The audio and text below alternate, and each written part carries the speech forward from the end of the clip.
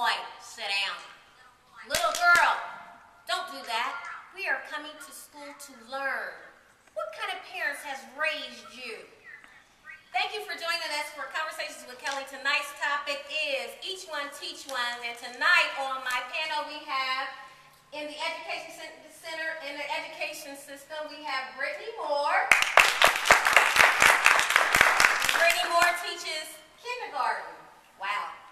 And on the panel we have my dear, my boo, and my pastor, and a previous teacher in the school system. We have Dr. Troy Shaw. I said boo, he my boo. And also, Pastor Shaw is a teacher in he's a well-known teacher in the Bible,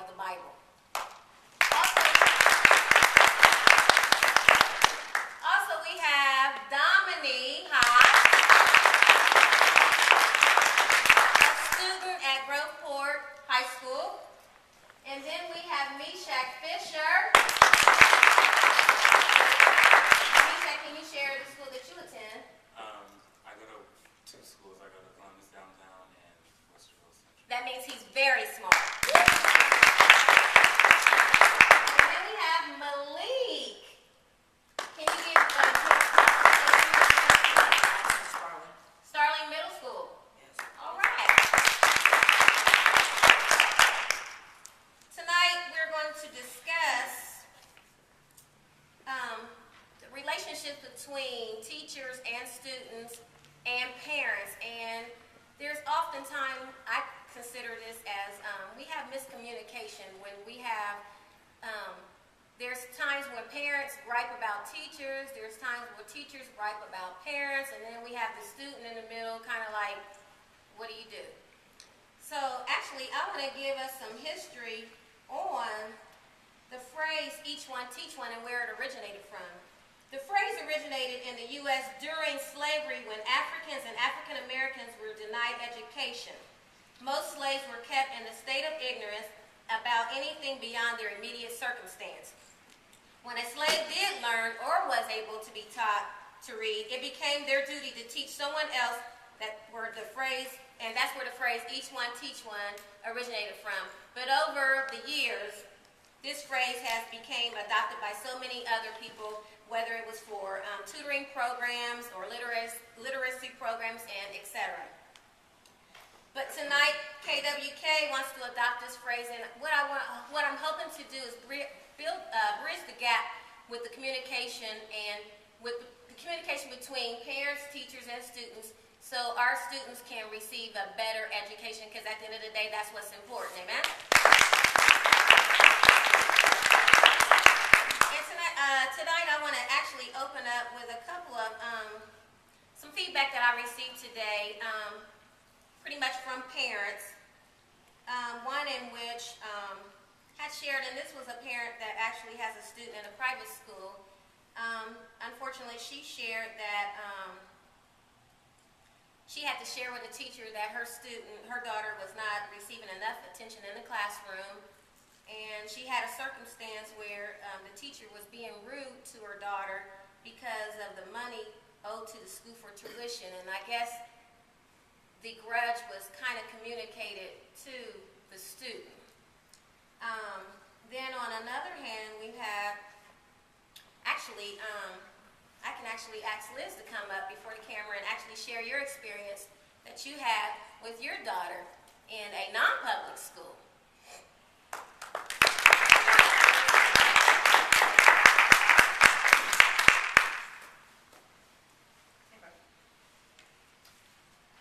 Which incident? Whatever one you want to pick. Okay. I will choose the one where I was having issues with my daughter, who was in elementary school at one point, and she had some issues with the kids on the bus, and I scheduled a meeting with the principal and the teacher and myself and my daughter to discuss what issues that we're having. And what occurred was really profound. I had a fine conversation with the teacher and myself, teacher left, actually, the meeting because she had to attend to her class, and I sat with the principal, who, by the way, was very educated, had a PhD and everything. She was a woman of color, and we sat there, and after the teacher left, she made a comment saying, "Don't bring this mess in my school." And I'm like, okay. I just brought concerns to you about my daughter in the bus, and she took it to a different level. She basically was calling me out, saying, "Don't come in here bringing mess and talking and bringing drama, basically, to my school." Somewhat like a ghetto mentality type Yes, of... exactly. And I totally disregarded what she said and indicated to her and actually checked her on it, saying, "I came in here as a concerned parent. I was firm.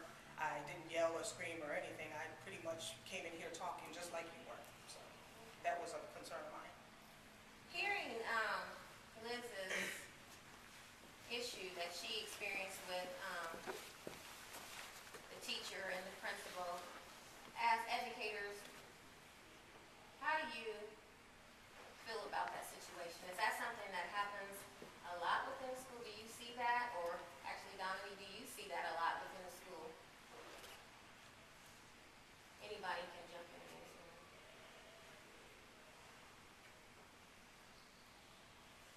Anybody? Well, you're speaking current? Current. Okay, well, I wouldn't speak to current. I mean, I do have parents that come in and they're concerned about their children. And I let them know at the beginning of our conversation that my main concern is their child. So, I let them know that I'm there to be an assistance to them, but also how I can help them, their child is my #1 priority. So they may not agree with my methods or how I choose to handle my classroom, but towards the end of the conversation, they have an understanding that I care about their child just as much as they do. Dr. Shaw, can you speak to past situations maybe that has happened in your career as a teacher? Well, sometimes what happens when parents come in, a administrator and sometimes teachers can be extremely frustrated. Our school systems are not as adequate as they should be, especially within the public school system. Many times teachers and administrators are way overworked, they're underpaid, and unfortunately there are some parents that may come with good intentions and so on and so forth, but if you think about some of the other kinds of parents that have come in all throughout the day, fussing about one thing or another, then you find out that sometimes people are just frustrated. They're kind of caught up in the moment, and unfortunately, because of the way that our education system stands today, there are some students who are probably not going to get the best education in a public school system. And so, Why is that? well, because our government is not set up to educate children. As a matter of fact, our school systems aren't really set up to truly educate them. If you think about it, once a child goes into middle school, they're not learning much more after that. I hate to say it, but I'm out of the school system, so nobody's gonna fire me. By the time you get to middle school and you can count and you can read to a certain extent, to a certain level, then really America needs to rethink how we do education. Because many of the students don't have, just to be quite honest, many of the students don't have the aptitude to go on to college anyway. And some of them should be sent toward a trade. Okay. And so there's a lot of frustration that goes on in school system because sometimes you're trying to teach a child, and let's be honest, there's some of us who have gone all the way through adulthood and we're still barely reading. Yeah.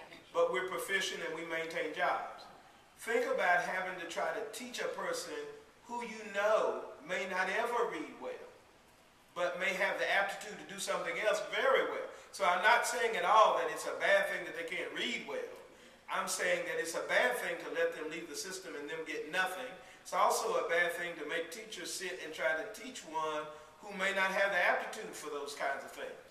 And teachers oftentimes try to fool themselves.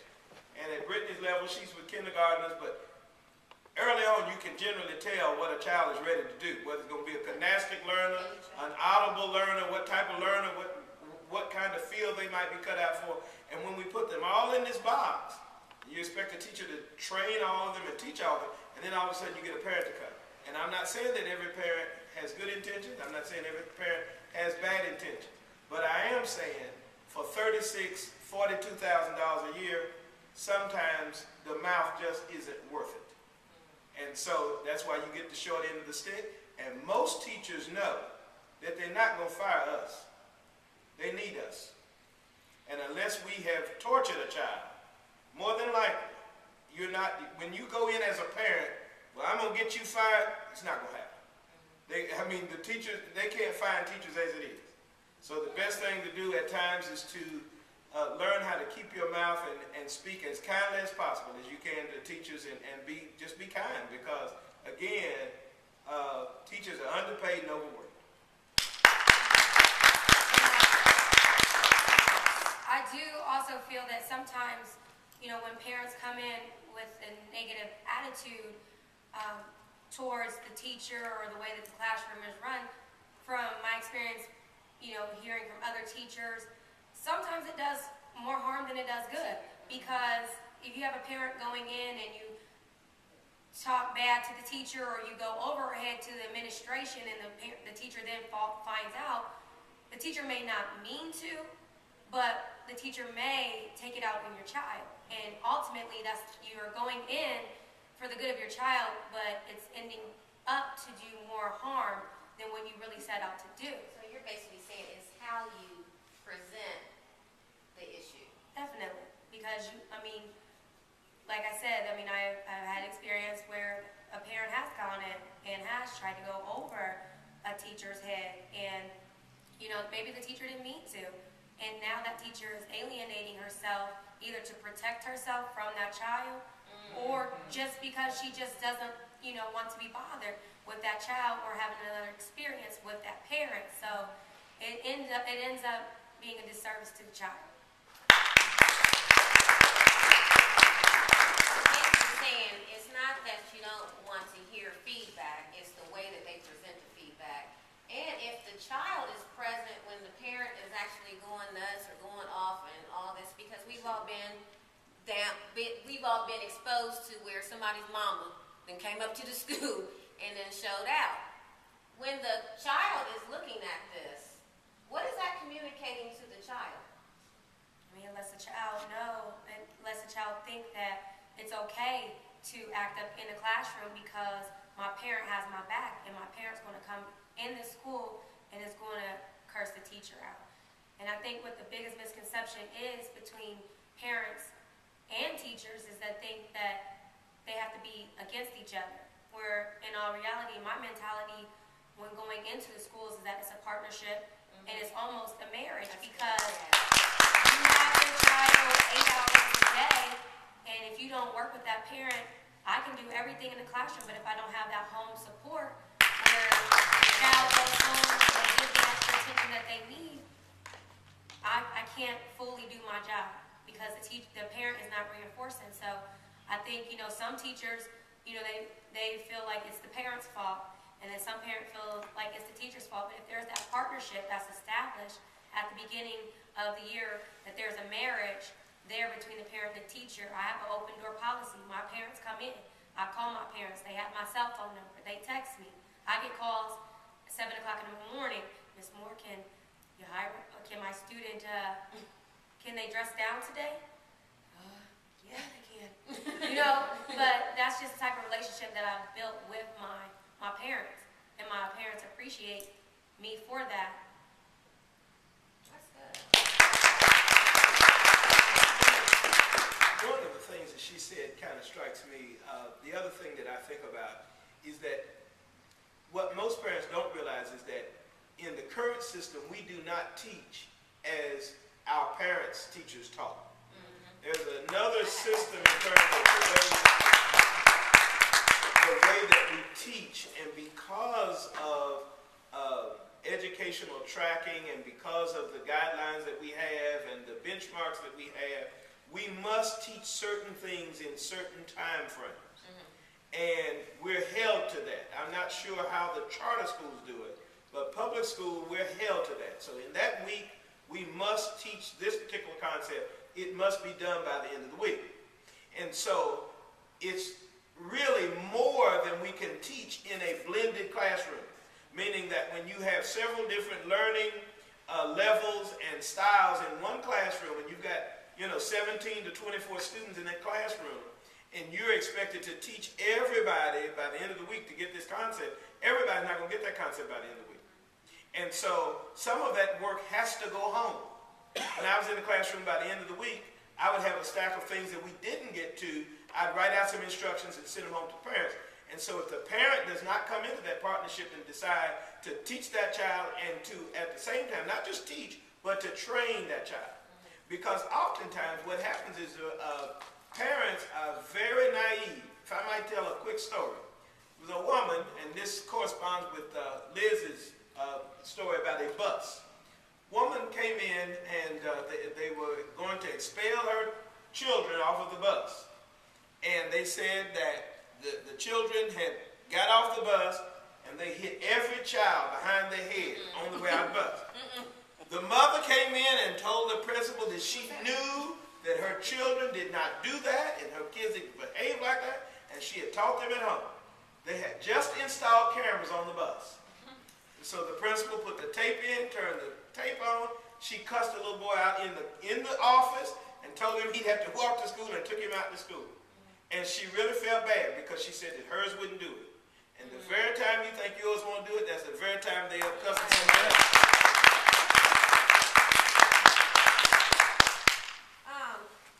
To piggyback on that, there is times where I have heard it, and I'm probably sure you've heard it in the classroom, where my child wouldn't do that. They just wouldn't do that. I know them very well, and I know when I was going to school, Kelly at the time, Hodge, would not cuss at home.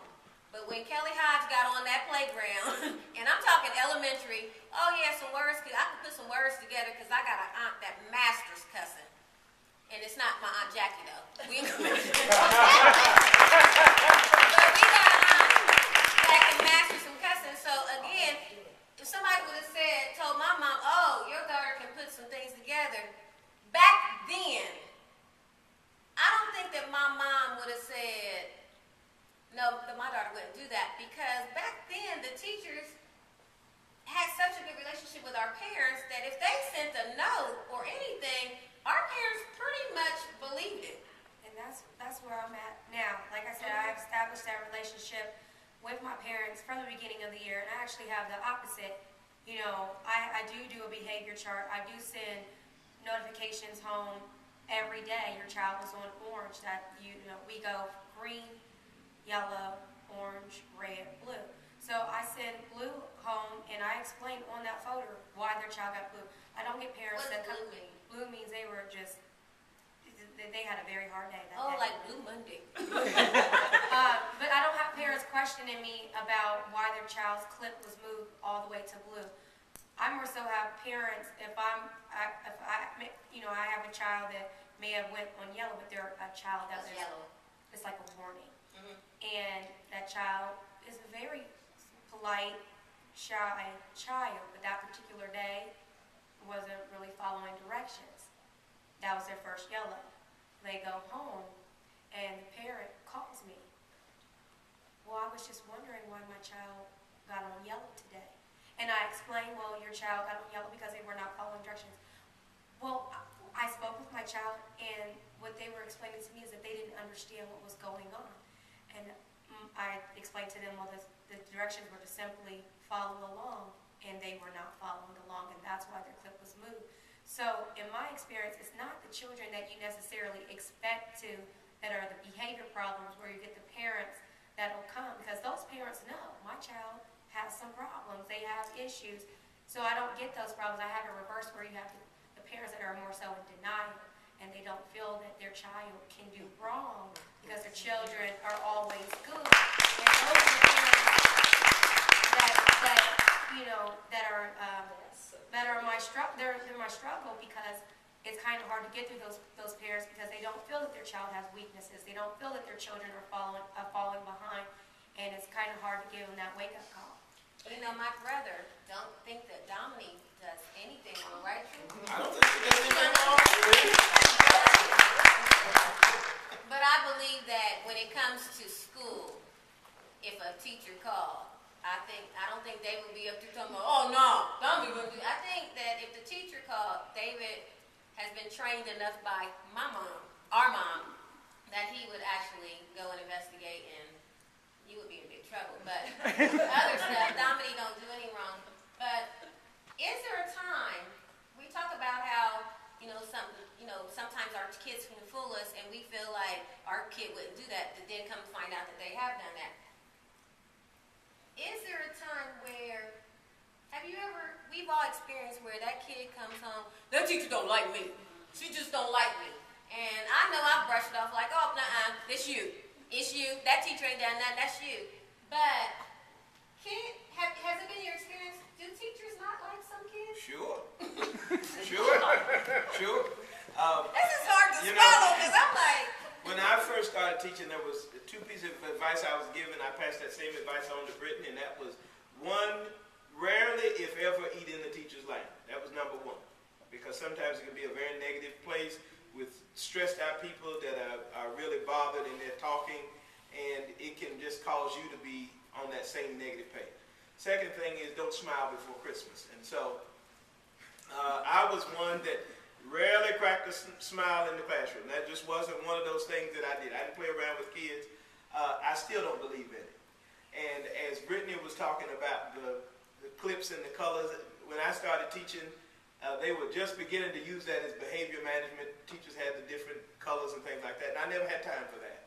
And so I always used the regular old chalkboard. I put your name on the board, you get a couple of strikes behind it, and you stay. that's old school. That's old school.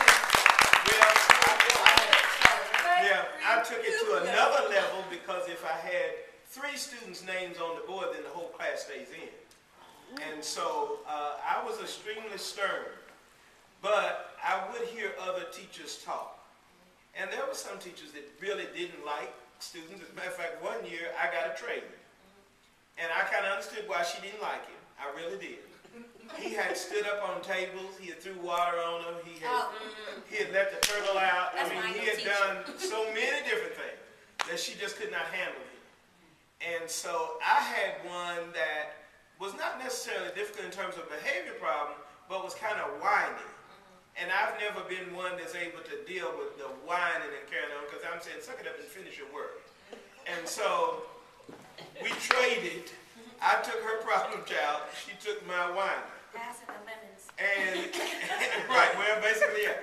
And so what I found out, though, she didn't really care for him. And when we get to a place where we're turned off, we fail to find out what the problem is. Oh, that's good.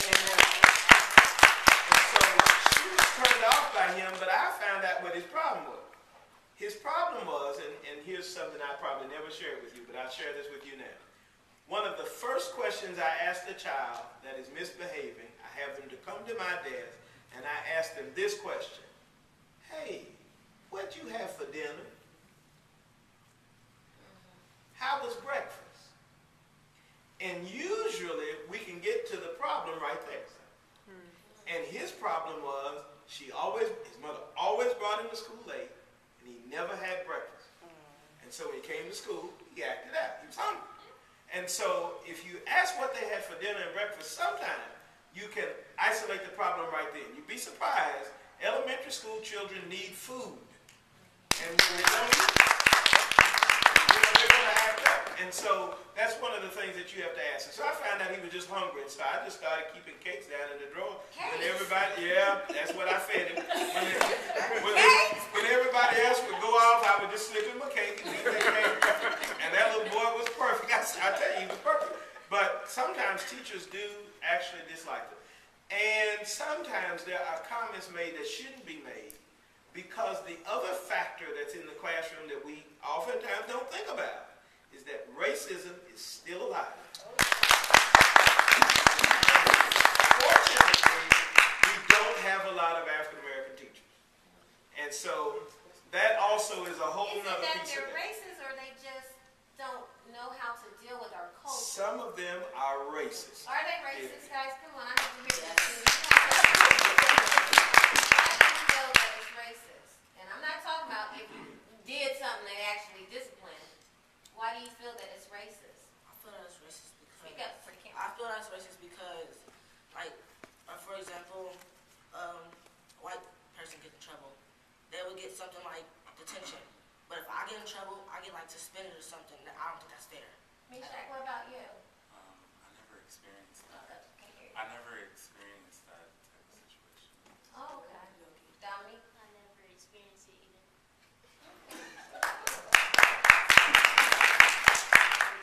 Do you feel that sometimes, have you ever experienced where you felt like a teacher did not like you? Currently, yes. Currently, yes. Why do you feel like they don't like you? And make sure you speak up. I'm not really sure, but it's an everyday thing. She always has something to say, and Give me an example of something, a comment that you may feel that is it a comment that you feel a teacher should not be making? in some situations, but not all the time. But it's mainly she's on me about if I'm not paying attention or it's always something. So it's like I Well, you're supposed to I pay don't attention. understand. That's why I think she doesn't like me, because I don't think I'm doing anything wrong. But But are you paying attention? Okay, but it's her way of, she thinks that you're not paying attention. Okay. And Dominique, you don't have no issues whatsoever. Because Dominique, guys, don't do anything wrong. Now, the other thing you have to think about is, aside from that, now what I'm going to say may seem like a racist comment, but it's true. Sometimes you deal with frustrated white women that are teaching. You know I'm telling the truth. Sometimes it's frustrated white women. That's the issue. Because, they would have preferred to be doing something else, but they ended up teaching. And they're very frustrated, and sometimes they just want to take it out on kids. And I've watched it time and time again. They're just frustrated people. That's all it is. Yeah, I know you. Frustrated white women. Imagine that. Again, I'm going to go back to this, what we think of as racist, and I'm not saying that that's not true. Are we being fair by saying that it's racist, or is it just the lack of knowing how to handle the culture? Since I said it, let me defend it. Yes, it is fair that it's racist. Now, let me also say this. It's not an excuse for our children not to survive. Yeah. Because black people have survived racism. We've survived slavery. And we can survive because we learn how to cope. I got through school with all white teachers except for 2 black ones. And so my expectation is that my children, my grandchildren, will go through school in spite of whatever's going on. But I do think it's fair, and I'll tell you why. I understand your question because you're saying, is it racist or is it a failure to understand the culture? A failure to understand the culture is racist. When you work in the system where you got over 80% African Americans in public school system, but you find out that you got a large number, you got 40-some% that can't read up to grade level. And so that says to me that you haven't taken the time to understand, to ask the questions, are they hungry? To ask the question, have they come from a homeless shelter this morning? To ask the question whether or not they've been disadvantaged and dodging bullets all night, or that they've been up because of the sirens and the ghetto helicopters going through. To ask those kind of questions and to fail to ask it, and especially to be an academician, one who has gone to college and to understand, one who is academically astute, one who has gone to school and understands the system of education, should be smart enough and bright enough. And I'm not saying that the parents are dumb, but I'm saying that the teachers, by and large, should be smarter than the parents. So if the teacher's smarter than the parents, then they should be asking the right questions in order to deal with the education if they really want to. So that's why I would say that yes, it's racist. So do they And before you say that, one more thing. You don't have to be white to be caught in the system. Because there's some black ones in the school system that just as racist, because now that they got a little money and they live with the white folks, they can do the same thing. So you're saying it's not just white people that are racist, it's black people that, as soon as they get a little money or some education, they can be funny acting too. Same system. Yep. Have y'all experienced that too? No. No. Let's move to this. And I know I struggle with this, and I thank God for Brittany. And she's always been a smart kid. The homework they bring home, and they expect us parents to help with it, and I have no clue what it is. And I'm serious. I used to be like, now I'm the mother, and I used to be like, ask Brittany to help you with it. Because Brittany would actually be able to sit her, and I'm glad there was a large age difference between her and my youngest son and my youngest daughter, because she was able to help them with their homework. And I promise you, it wasn't that I didn't want to do it. I was intimidated, like, I don't even know if we learned this. So what are some tools that we can use as parents that's not, because I mean, I'm not a smart person. I'm here because of Jesus Christ in this chair. I ain't even trying like it's anything that got anything to do with me. Y'all know I will mess some words up in a heartbeat. I think, again, it goes back to the relationship that you have with the parents. You know, not being able to help your child with their homework is just an excuse. I have parents that cannot read. So I'm helping the parent and the child at the same time, but that's my relationship that I have with the parent. They're comfortable enough to share with me, Miss Moore, I can't read. So I feel uncomfortable helping my child with their homework, but I offer after-school tutoring. I can get their child help that way. I pull a child through their specials time, through their music, their art. So if the parent comes to you and lets you know that they're having difficulty with helping their child with their homework, if you have that relationship, if you built that relationship with the teacher will be more willing to come before school or stay after school or pull their child during their special time, which again is their music and their Spanish time, to assist your child. And also, my parents, again, they have my cell phone number if they're struggling with their homework. I tell them I have a limit. You can't call me past 8 o'clock. That's my son's bedtime.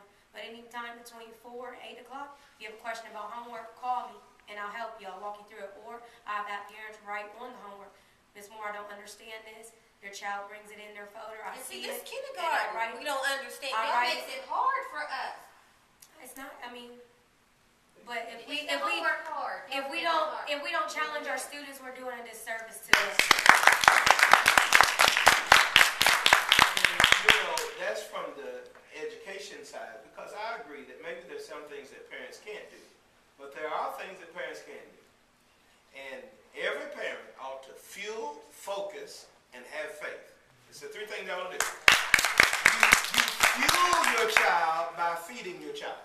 Make sure you feed your child. That may sound really like it doesn't matter, but that's one part that you can do. Feed your child. A child needs food to learn. Then you need to focus them, meaning that parent at home, one, you need to turn the television down.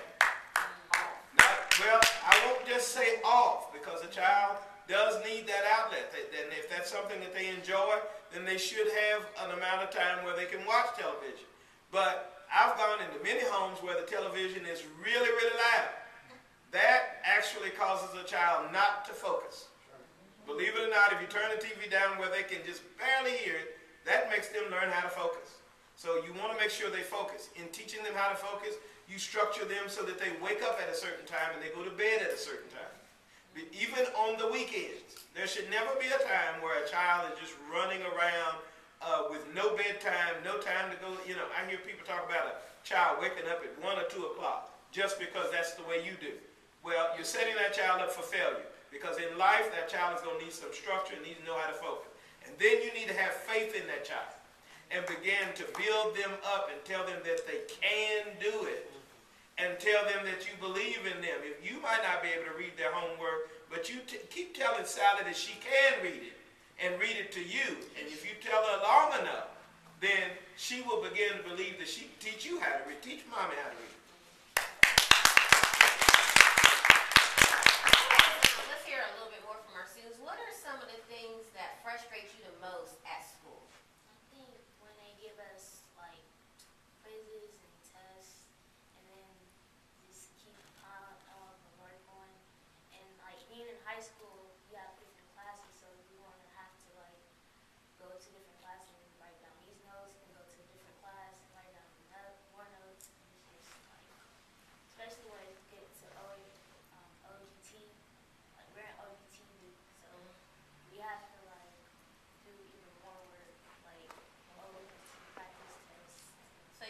like the work is just, it's like you don't have time to breathe. The work is just constantly being piled on you. How about you guys? I think it's the amount of work and the fast pace. I think we got slowed down a little bit. It would be a little bit more helpful, but I think it's the time. Really? Yeah, it's definitely the work. They do pile it on a lot. And another thing is that like some distractions from other students, it's hard to focus. What are some of the distractions that have been your challenge? Not like getting into the crowd where they're talking and just playing around. And sometimes it gets hard not to do that. Let me go here because actually I had an opportunity to speak with a principal and I wanted her to share some concerns that she's had. And she was talking about the amount of electronics that we allow our kids to have. And she said they spend so much time, not necessarily, well, they have the issues with being on it, and you know how they confiscate the phones. And she said, and not only just did she say, but some of my research, I have found that parents trip when their kid's phone get confiscated. And that's a rule. You are not supposed to be on your phone during school hours. And they say they deal so much with parents coming up to the school tripping about their phones being confiscated. But back to the principal here in the Columbus Public, she said they spend so much time with these electronics, iPads and iPods and cell phones. And she said they spend the majority of their time is when these things get stolen or lost. They spend so much time trying to find these things as it's taking the focus off of the education. Not only that, she shared the cyber. She said it's not necessarily in her school. It's not necessarily the cyber bullying that they're dealing with, but it's the cyber fights that take place on Twitter and Facebook. And she said what happens, it starts there and it funnels into the schools, and they spend so much time trying to take care of those issues. And I know you haven't, I'm sure there's no kindergartens tweeting. They're not, or Facebook. But is that true? Or do we have a lot of that cyber tweeting or cyber fights and that's actually trickling down into the school? How many fights break out at school behind stuff that has happened on Facebook or Twitter? Not a lot. Not a lot? Not a lot at mine. Or not got caught? Right. Mhm. But there was a situation currently, like this week. This girl at Westerville North, she had tweeted a very racist comment, Mm-hmm. and everybody started tweeting her and didn't agree with it, and basically started to bully her and make threats. Mm-hmm. And so the next day, the police had to be at the school, and she had to be escorted and all things, and it was on the news too. And then my school got bomb threats, and this all happened on the same day. So yeah, that's pretty crazy. What about you, Dominique? Is there a lot of cyber tweeting, Facebook fights that trickle out and come into the school? Like a fight early in the school year about that, about Facebook, like he said, she said stuff. Well, you, Malik, you tweet, Facebook it? Facebook, yeah. Not a lot that I've seen. I've probably seen one, but it was about this girl had a guy that she went out with, and it was her ex, and she got mad because her friend wanted to go out with that guy, and they fought. At school. Yes. Here again, that takes away from the education process. You know, again, at kindergartens, we didn't have to deal with this. I don't know because I was However- seeing some young people with Facebook pages. However, I can see it. But once again, and I hate to do this, but many times it is our issue to deal with. Teachers, principals, administrators, we are the ones who are supposed to be able to do this. And so adaptation means a lot. Now this texting and Twitter thing came right to the church. It came to the church. First I said, don't text, don't tweet. And then I said, yes, please text and please tweet. I want you to text and tweet questions about the sermon. And so you began to use the electronics in order to become a teaching tool. If we look across our culture, it's here to stay. It's happening in the workplace, and it's hard to point the finger at the students because I know the teachers have their phones on, principal got their phone on, and they're texting and they're tweeting, and our world is now connected at all times. I could expect that the kids would fight on Twitter and Facebook because the parents are doing it. I see all kind of fighting on the Facebook. And so again, it's a part of the culture. Teachers should teach. And so rather than go back to the 1950s and try to teach from that book and that context, how about come to 2012 and begin to use the tools that our students have and use that to a positive and begin to teach it. Off of that, I don't have the issue of electronics, but I do understand that the more that you try to stop it, the harder they will fight back. That's right. So I did recently with we just have Black History Month, and my children they're young, they're 5, 6 years old, and we have an issue of bullying in my classroom. So in honor of Black History Month, what I did was I picked 5 students, and I treated them extremely well for the whole day. And the rest of my students, I didn't treat them as well. And they would ask, Ms. Moore, can I pass out papers? No, I don't want you to. I'm going to have this person do it.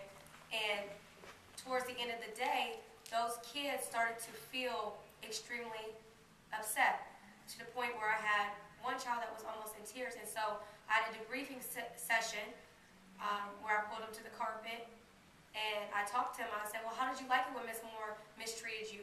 How did you like it when Ms. Moore treated this person better than I treated you? And some kids said they wanted to go home. They were going to leave. They were not coming back. I had one kid that said they were going to tell their mom to fight me. But it was a good learning experience because I killed 2 birds with one stone. One, I talked about Black History Month. I talked about Rosa Parks and how she refused to give up her seat on the bus because she was African American. But also, I tied bullying into it because I let them know that you treat others the way that you want to be treated.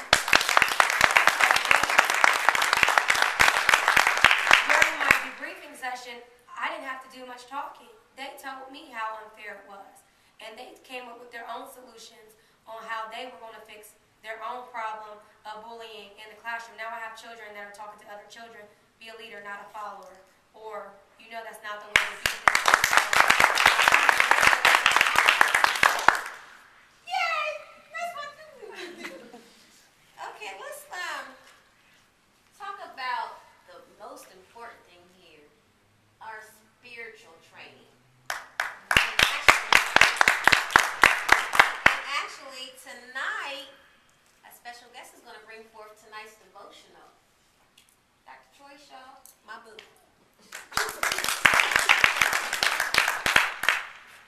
In the Gospels, in every single Gospel, Matthew, Mark, Luke, and John, we find recorded the story of Jesus feeding the 5,000.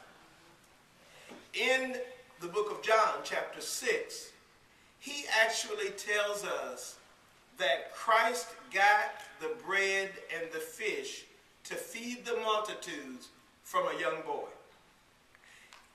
The story tells us that Christ had done so much and he was really trying to get away from the crowds. But the crowds wouldn't let him get away.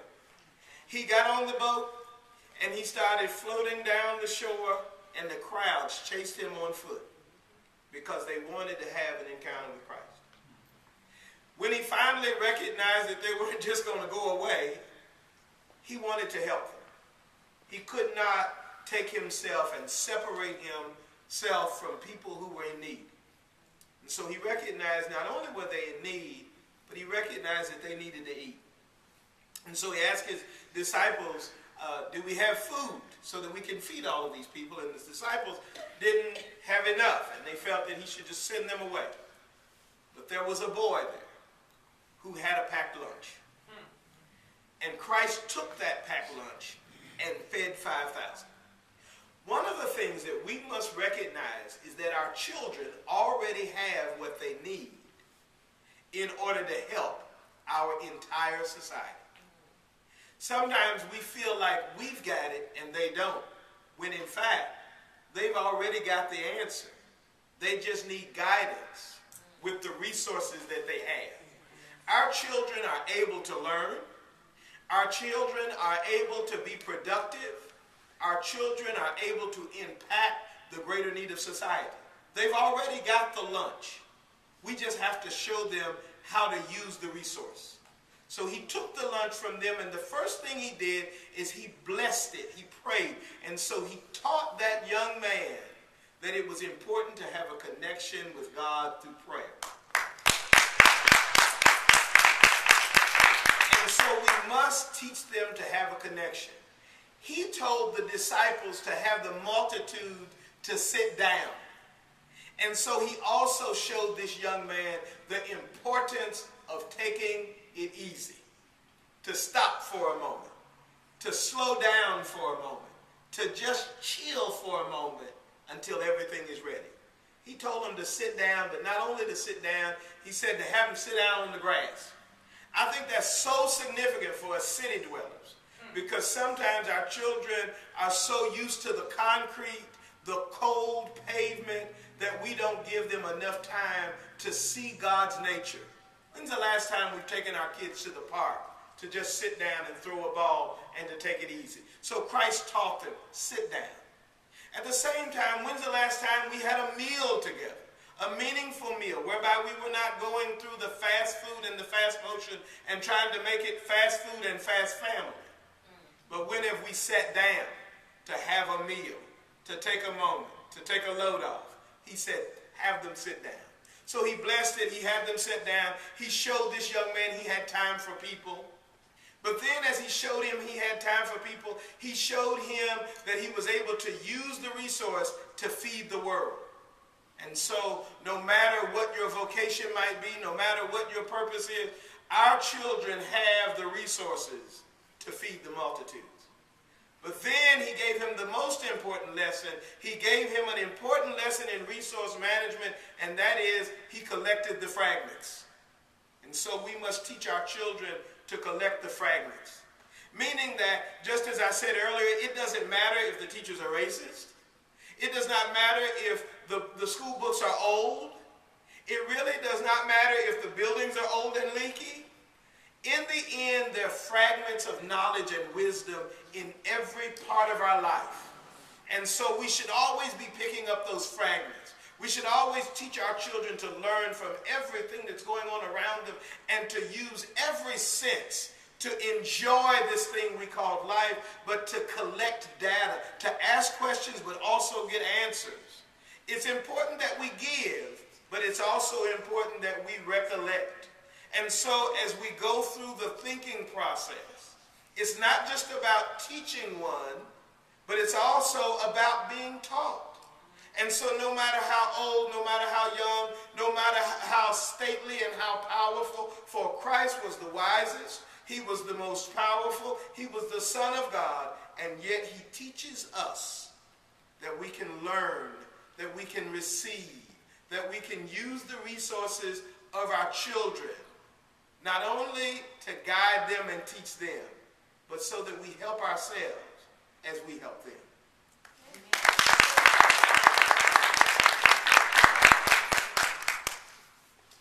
And I just want to share also with this, and I hope that we have gotten some answers and some tools to use to move forward in the process of educating our children. And again, we shouldn't leave it just to the teachers, and we shouldn't just leave it to the parents, but we shouldn't just leave the student just out there in limbo. We should collectively join in and do our part to make sure that our children are getting the best education.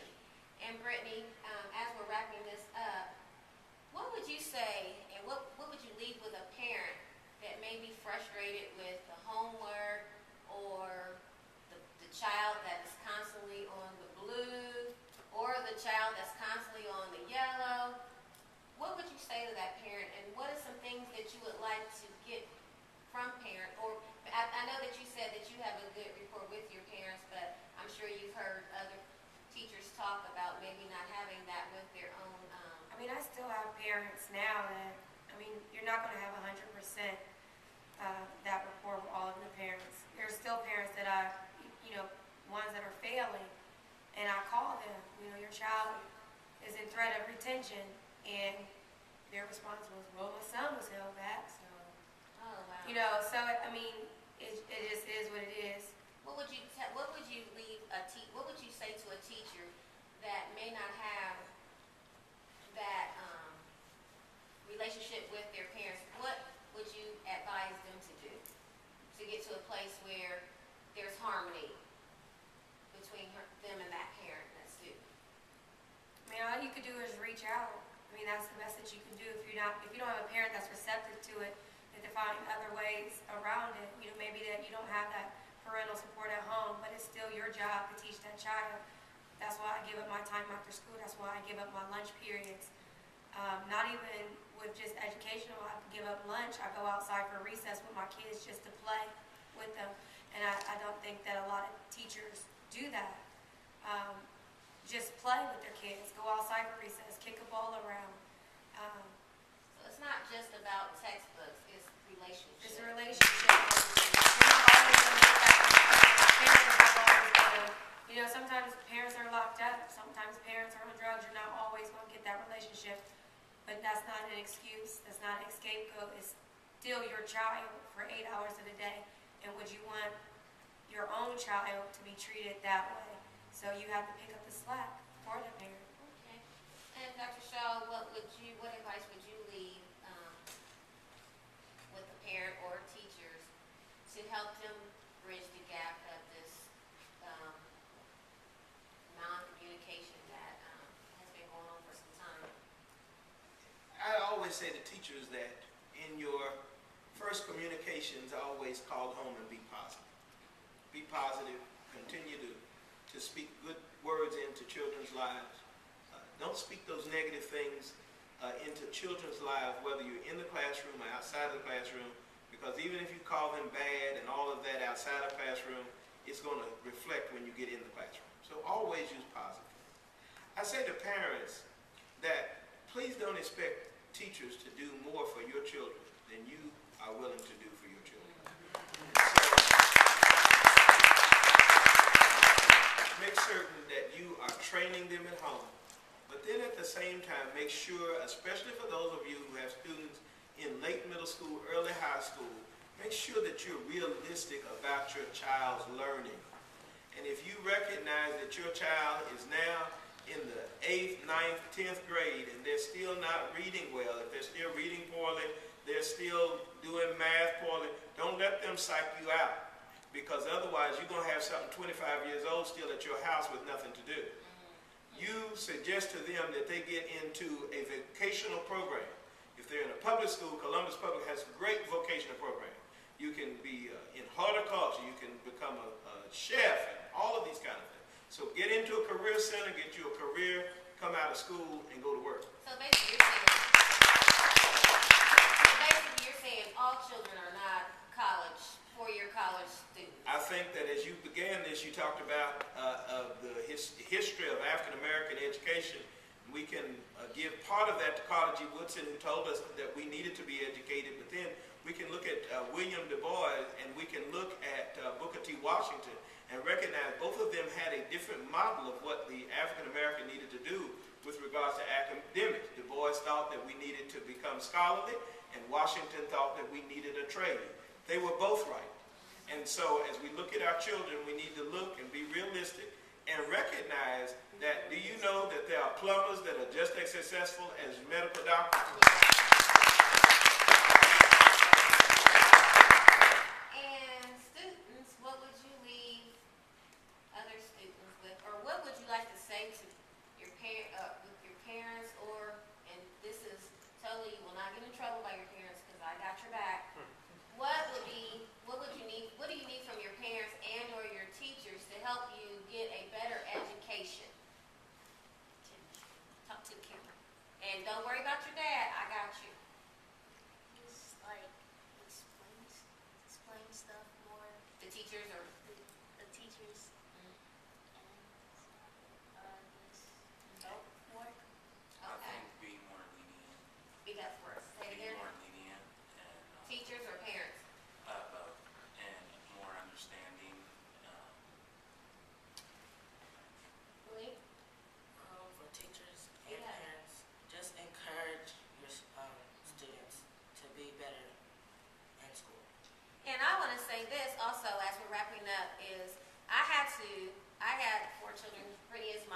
oldest child, and each of my children learned differently, and I had different expectations for them. I knew Britt was my A. She better not come in there with nothing less, because a B to me from Brittany was more like an F. And then my other children, you know, one of them was more BC, and then one of them was, thank you Jesus, you got a C. And the other one, you know, okay, we struggling. But I knew where they couldn't drop below, but each of them was different. Like I said, a B for Brittany means an F to me. So again, each child is different, and don't base your children on what their siblings did. And is that something that you have hated? Well, you and Jay have a large gap, but does that ring true for you? Don't judge me on what my brother or my sister may have done. Judge me for who you think I am. And everybody's not an A student. Thank you for joining us tonight. I'd like to thank our sponsors. I'd like to thank the Liberty Hill Baptist Church. I'd like to thank Overflow Ministries, Orr Consulting, Jasmine Moore with Jay Styles.